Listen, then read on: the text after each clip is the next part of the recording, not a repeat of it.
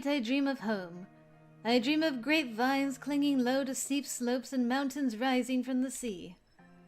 I dream the scent of the Aleppo pine, warm and bitter and woody, and the cones rolling at my feet.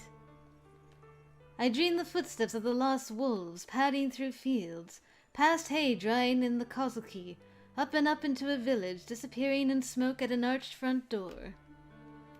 I hear the purring song of the dove, like a messenger outside my window. A messenger. In the morning, when I wake, the dream still lingers in my mind. I cast a quick spirit sense spell, but there's no sign of anything hanging around. The messenger, if there was one, is gone. The message, however. From one of the drawers beneath the bookshelf, I withdraw a box of copper filigree, a deceptively strong container of metal lacework. I set the box on my desk and open it. There is nothing inside. I press my fingertip against the interior surface and trace out a spiral pattern, then close the box. There is a faint pulse of magic. I open the box again, and now it contains a letter. Dear son. Of course it is from my parents. Who else would use this method? Who else could? We have not been completely out of touch. I know Grabiner speaks with them, and this is certainly not the first time we've been apart. Still, it is nice to hold a message that they sent themselves. They comment on my magical progress so far, ask about the friends and contacts I've made, the usual sorts of things. And because this is a formal letter, they close with a reminder to always uphold the honor of our house and our line. Even in this wild and distant land, I can never truly forget that I am a prince. Rightio. I'm really curious for when we do Damien's storyline, how that's going to go. Since we know about the other world, and I think Damien is also a prince of sorts, should be interesting. At the end of the week, I have the chance to review my things, so let's do it. Let's see. We did that last, okay. Club signups. Activity signups will take place on Wednesday. It's possible for students to invent their own clubs, but I don't want to draw that much attention to myself. I'll wait and see what clubs are available. Not musical. Donald wanted to know if I would be interested in joining chorale, but I told him that I can't sing. School clubs. Today, Iris Academy held sign-ups for student activity groups. I chose to join the study club. Alright. Exam warning. William came by to let me know that my first exam will be on Friday and tell me a little about how the exams work. I should be prepared to cast spells to find my way out of a dungeon. Dungeon training. I visited a practice dungeon today to experiment with my spells and ran into Barbara, who had apparently been doing the same thing. Noblesse oblige? I received a message from my family, sent via magical channels, reminding me of my responsibility to uphold the honor of our house. A prince must never forget that he is a prince. Alright. Did we learn any new spells? I don't think we did this week. Okay. And nothing in our inventory still? Good. Done. Did it. Exams, oh boy. Luke, you look like how I feel. On my way out of my room in the morning, I run into Donald and Luke. It's the first exam, man! And you're a wild seed. Nobody's expecting you to set records. Yeah, but... Look, if you fail, you get some demerits. Big deal. We know how to get rid of those. Luke doesn't look reassured. Talking about this week's test. How are we supposed to pass a test if we don't know how it works, or what it's about, or anything? Do we have to cast our spells in front of the whole class, with everyone watching to see us screw up? Come on, I've seen you cast in class just fine. Sometimes. If I knew exactly what we had to do, I could practice. Sorry, man. All I know is that it's about casting spells somehow. William said telling us anything more wouldn't be fair. But William did tell me more than that. So, I figure thinking on our feet must be part of the point, right? Yeah. If it got out that I gave them info that William told me, William could get into some serious trouble. I don't want to get William into trouble because he's my boo. If they don't know what I know, then I have an advantage. I'm not giving that up so easily. Schemy fingers. Come on, we have to set our schedules for the week. Alright. Do I want to do... What's my brain? 21. I mean, going to gym is not really going to help me now. I don't know if that extra study is going to come in handy. Or if I should just go ham on the blue and hope I get some more magic. Let's risk it for the biscuit. Whew, success. Ah, sweet. A new spell. A change in position, a change in distance, a change in perspective. Through the transmutation of Locus, blue magic allows the wielder to view and affect targets at a distance. We will begin with perception at a distance, farsight. This spell allows you to change your point of view. It will be as if you were standing in a different location. It will not grant true sight or any additional benefit. It will only allow you to perceive what you naturally would if you were elsewhere. Your target must be a location that is both nearby and known to you. These are not fixed quantities. They will vary with your power and understanding. For the purposes of your first year, interpret that as locations within the school which you have recently seen. Also, student bedrooms are warded against scrying. Do not attempt to invade their privacy. Of course, that implies that everywhere else in the school, students can spy on each other. Someone could be watching me right now. Now, concentrate and change your vision. I focus. Ah! From your new vantage point, you can spot other locations to which you might transfer your vision, and so on. You might explore an entire labyrinth through successive castings, without moving your body at all. But to affect targets at a distance will require other spells. Okay. It can be useful in certain situations. Oh, sweet. Another 2. I'll take that.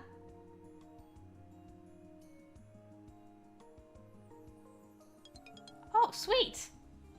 Ah, alright! I got 2 new spells for this exam. That's great. Today you will be learning the spell of Darkness, which allows you to remove all visibility from a small area. Magical darkness is not simply the absence of light, it is the antithesis. Darkness is absolute. Creatures who rely on visuals find complete darkness highly disorienting. This includes most wizards. Unless you have special training or other senses to draw on, you can neither navigate nor target effectively in darkness. Your sense of direction will fail you. Attempts at movement will cause you to blunder around at random. Even with a monster directly in front of you, you will be unable to reliably aim a spell at it. The same disadvantages will affect other creatures. Your opponents may lose the ability to attack you. A spell of light will banish the darkness from an area, but that is not your only tool.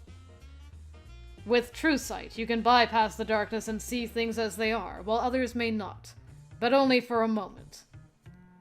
What helps may also hinder. Use your tools wisely. 5? Holy holy! 5? Casting light is 1. Darkness is 5? Dang, dude. I will be holding an extra review session after class for students wishing to prepare for tomorrow's exam. It is up to you whether or not you choose to attend. It's a review session, so he shouldn't be teaching anything new, but there might be clues about the exam. Should I go? I think we get smarts if we do. Our stress is low, so let's do it. It might be useful. Oh man. This room, I remember doing treasury in this room. Nervous freshmen are crammed in cheek to cheek, whispering vague guesses about how tomorrow's exam process will work. From what I can hear, most don't even suspect the dungeons will be involved. I'm far ahead in terms of planning. I probably shouldn't even be here. I'm taking up space and there's not much to go around. But before I can manage to squeeze out, Grabiner makes his appearance. Open your notebooks if you have them. This is not a quiz. This is for your own benefit. If you do not know the answer, look it up or ask someone. He opens up his own book as if to demonstrate. If you have paid any attention to your schoolwork up to this point. He has a high opinion of his students, doesn't he? You should have a basic conceptual understanding of the pentachromatic system and its divisions, including a broad range of uses for magic and the scope represented by each of the color categories. Mr. Arius. A head snaps up. Oh, it's Manuel! Oh, he's so cute. Yes, sir? It's a kid from Toad Hall. Probably some kind of werewolf from the ears and tail. If I wish to cast a spell to make a beast's fur fall out, what color of magic would I use? Green, sir? I should hope that you would know that much without the need to ask for my approval. Miss Middleton, what color of magic would you use to transform a lump of coal into a diamond? Well, it seems like there should be multiple approaches. Choose one. Red, sir. And how do you intend to accomplish this change by the application of force? Well, diamond and coal are both made from carbon, and scientists can synthesize diamonds in laboratories. So if you apply sufficient heat and pressure... That's enough! Eh? Miss Middleton, your method may not be impossible, but it is dangerously impractical. Attempting to summon that level of energy would melt the flesh from your bones. Oh. Can Americans really turn coal into diamonds without magic? Before I can think too long about that one, he has turned his gaze upon me. Ugh. Mr. Franco, what color of magic might you use to send a message to a fellow classmate? I can feel people looking at me. Am I expected to show off or to play dumb? What color should I pick? I'm going to cheat. I think white. Cheek. I would say white, because you can use communicate and stuff. Definitely not black. White? White? Explain. I could ask a spirit to deliver a message for me. An interesting idea, perhaps a dangerous one. Okay. I mean, it wasn't too bad. So I'm like, red... He did say, like, you can warn allies and stuff with red, but it's more like energy. It's not a direct message. Green, nah. Black? I mean, you could hide something in an object and then send it to somebody. Blue? I'm not sure about blue. He continues in this vein, putting individual students on the spot to answer questions about the applications of each color of magic. Suddenly his voice cuts off in the middle of a sentence. Mr. Danson. Yes, sir. As you do not appear to have need of these revisions, you are excused. You may find more challenging material to occupy you this Saturday in detention. Yes, sir. He leaves the room. Whatever he was planning, it doesn't seem to have worked. Oh my goodness, is this a sigh? Is this like the sigh cloud? I hope this revision turns out to be worthwhile. It is somewhat tiring. Okay, I got smarts. That's fine. I think I get stressed out if I fail the dungeon. I awaken to a knock on the door. Joyous morning to you, Franco! Good morning, madam. I've come to deliver the exam schedules. This is a solo exam, so each student has a separate time slot. Report to the listed room at the time indicated to receive further instructions. We don't report straight to the dungeons. Have a lovely day! She continues down the hall to the next door. Well, according to this schedule, I'll find out how it all works this afternoon after class. My last chance. Oh. Nice. Whew. Here we go. This is the time and the place that I was ordered to report. The door to the room is closed, and I can't see or hear anyone around. Am I early or late? Or are they? Perhaps they're waiting for me. I knock solidly on the door. And between one knock and another, the world changes. And I find myself elsewhere. You are now in Dungeon Level 1, Layout 2A. I can't see anyone here, and the voice doesn't sound like one of the professors, but logically it must be the projection. The exit to this dungeon lies beyond the darkness in front of you. You must use magic in order to escape.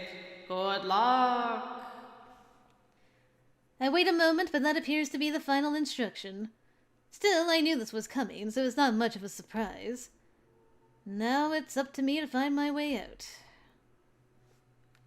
Alright, let's hope that we don't have to fight anything our first time here. Alright, floor.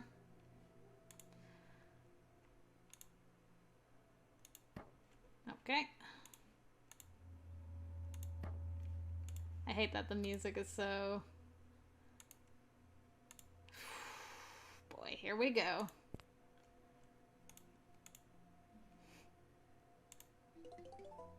Okay.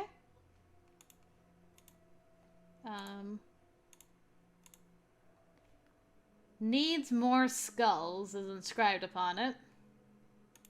Okay. Ordinary wall.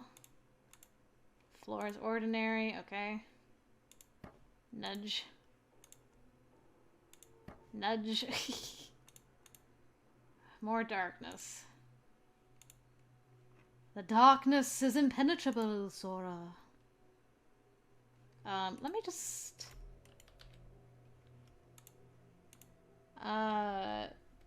cheat again. It's not really a cheat, but I just want to see if I can cast light. Ah, ahead. Good. Instead of stepping into the darkness like a dummy. Alright. Just want to make sure. And light. I'm gonna use up all my mana just dispelling light. Dispelling darkness. Ordinary stone wall. Ordinary stone wall. Floor. Alright.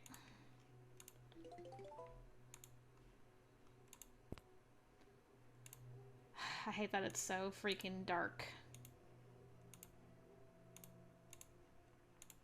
It makes me nervous.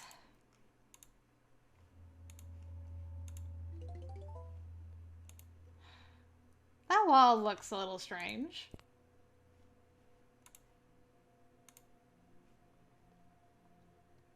Oh. Okay. It's made of stone. There are two strange vertical cracks running all the way down the wall, as if the stones don't quite connect to each other, but the wall feels solid. Okay. Looks like an ordinary stone floor, though a bit dirty. You can't see any more details with just your eyes. Alright.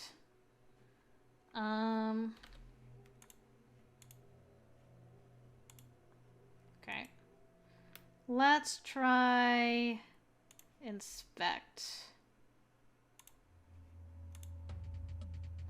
This wall contains a secret door. It's designed to slide away. It seems to be connected to something in the floor. Okay.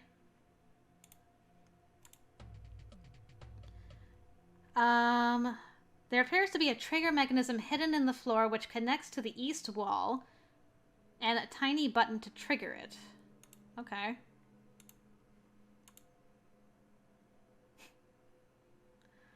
Press the button. Okay. And, what does that say? Go back. This is not the way.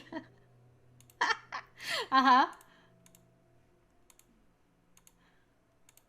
But what if it is the way? I just want to cast Breeze. Okay, so it's floating behind me. So I could climb out, or I could just take the stairs. I guess I might as well just take the stairs.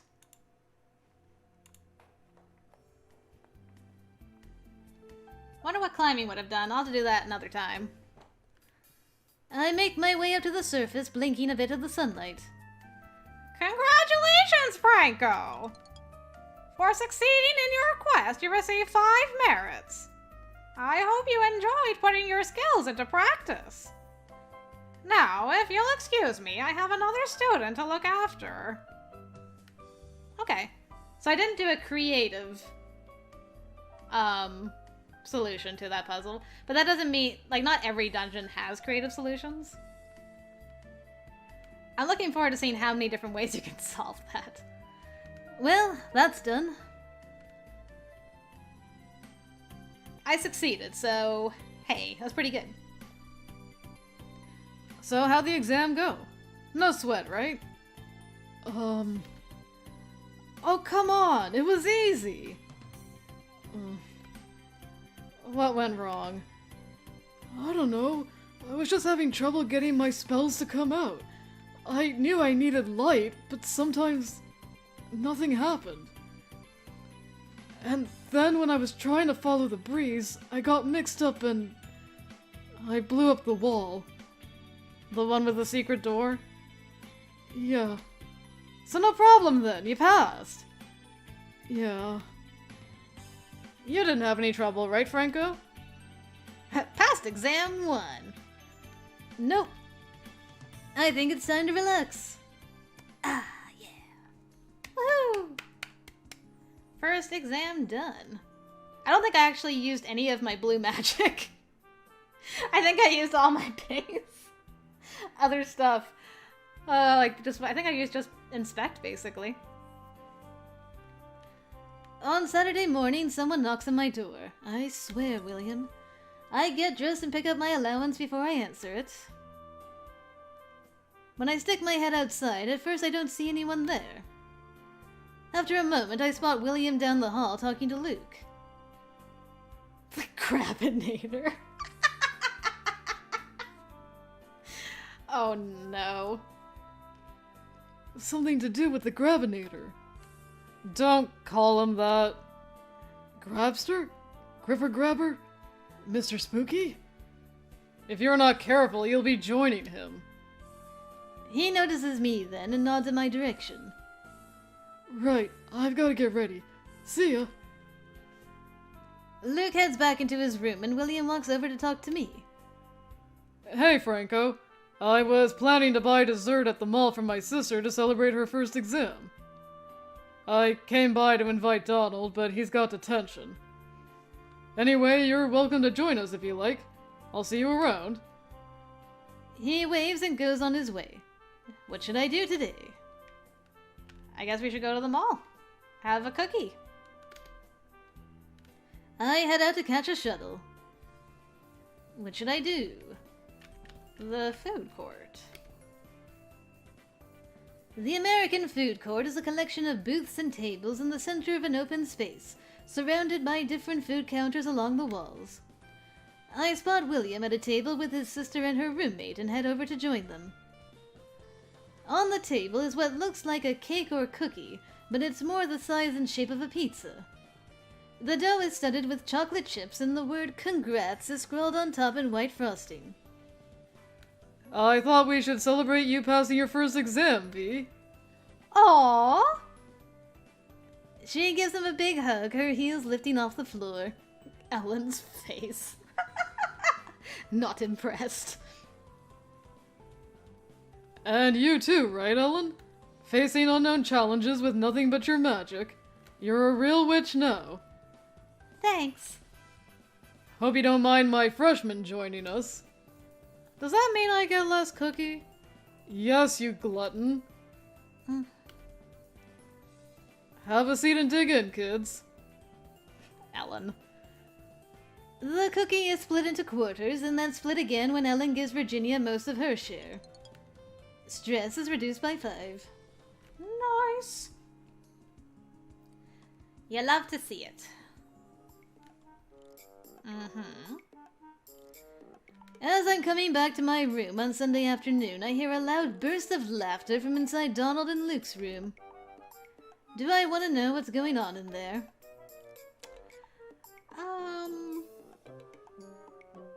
No. I'll save that for Luke. They're probably plotting another of Donald's pranks. I'd rather not be involved. A wise decision, really. Alright. Let's read up on things. Secret advantage. Apparently, the information William gave me to prepare for Friday's exam is not common knowledge. Other freshmen may be caught off guard when the test takes place. Wahaha.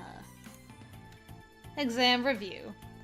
Professor Grabner held a review session focusing on problem solving and how different aspects of magic might be useful in unexpected situations.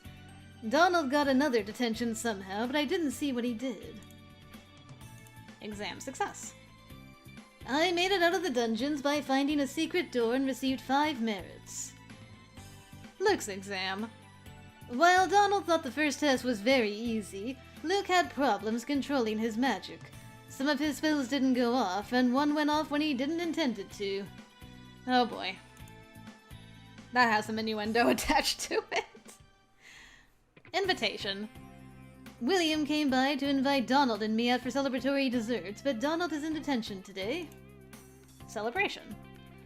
William bought desserts for Virginia, Ellen, and I to celebrate the end of the first exam. Virginia was happy, but Ellen seemed a little distracted. No comment. Donald and Luke may be up to something, but I want no part of it. My goodness, I had a bunch of error there. Spellbook. Let's see. Farsight. Darkness.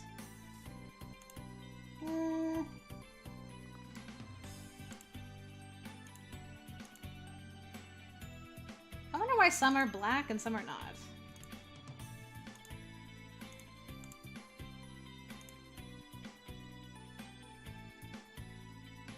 Okay. That's fine. We're done. We're good. Classes for this week. Our stress is still low. So I guess we'll continue down this path, and then we will be able to go to the mall at the end of this week, I think, and get our charm. Which will be good. That should help.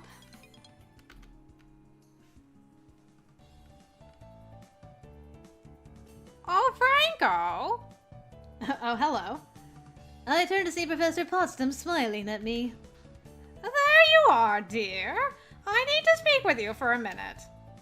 Now that you've all had time to settle in and get to know each other, we will be holding class elections. Officers will help organize events throughout the year and perform other tasks to keep the school running smoothly. Now, I know your family is very eager to see you hold a leadership position at Iris Academy, but you will have to win the election on your own merits. If you wish to run for office, you must formally declare your intentions this Friday. Think about it and talk to me later in the week. Have a lovely day. She leaves. Yeah, I am gonna run, because I think William helps you if you run for office, but I don't have to win. As I'm coming out of my room in the morning, I hear voices down the hall. Horse Hall are up in arms, and I don't want this to escalate into a full-scale war. Prank war? That could be fun. William shakes his head. You're a smart kid. I know you can do better than this. You don't know anything. He closes the door and William sighs. Damien music starts after I watch that. Oh, poor William. He tries so hard to be good to his younger brother and sister. At that point, he notices me watching. Franco, can we talk for a bit? I need a favor. Well, I don't need it. You don't have to, it just might solve a problem. What's up? Let's go into your room, if you don't mind. I shrug and lead the way. You know Virginia's roommate Ellen, right? Do you like her? I don't know her well enough, to be honest. I really don't know her that well. I think I've only talked to her once. She's a good kid, but she's shy. And she's a wild seed. I'm worried that makes her vulnerable. There's a Falcon Senior, Damian Ramsey. He was Ellen's senior during initiation. I think back to the seniors I had to memorize during initiation. Damien was the blue-skinned devil, wasn't he? Oh yeah. I would have chosen her myself, but I had other obligations. That's right, you were her senior in the last game. Because he was required to look after me. Damien is trouble. He's exactly the kind of guy you wouldn't want around your little sister. He's got a reputation for treating people like belt notches or worse. I think he's playing games with her, and I'm afraid she might be falling for him. So what's this got to do with me? She's a nice girl. Innocent. I don't want her heartbroken by the first bad boy to pay attention to her. I was hoping that maybe someone else could come along to distract her. Someone like you. What? I'm sorry, this is a terrible plan. This is your plan? Have her fall in love with another guy? What? I don't mean anything underhanded. I don't want you to pretend you like her. That would be just as bad as Damien. But if you spent a little time with her, got to know her, maybe you'd get along. Even if it's just as friends. And if things develop naturally, that would be nice for both of you. Why me? If you want to distract her, why can't you do it? You're her age. She's a kid, I'm a senior, it wouldn't be appropriate. Well, this is gonna be very hard, because, I want you to romance me, and I'm in the same boat as Ellen, basically, so this is gonna be rough. And yeah, what about Donald? Because Donald and Ellen are a great pairing, just gotta say. What about your brother?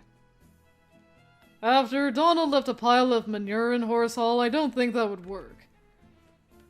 All I'm asking is for you to talk to her, get to know her, and try to distract her from sighing over Damien. Scheming, oh my gosh. Franco, no! What's in it for me? What? You want my help? What do I get out of it? If you don't enjoy being friends with her for its own sake, I'm not bribing you to pretend. Yes, friendship is its own reward, but that's later, if it works out. You're asking me to try, as a favor. So a favor for a favor. Oh. I can get you a chance to earn some merits. Okay. I need to help William. I don't want to befriend Ellen, though, because I don't want to go down that path. Damien and William have a lot of history that we didn't really get to touch on in the first game. So I want to know if they fleshed that out more this time around. I'd rather distract Damien. Just move... Because Damien ain't no dummy. I can kind of distract. I think I got this. We'll see how this goes. You know, I have a better idea.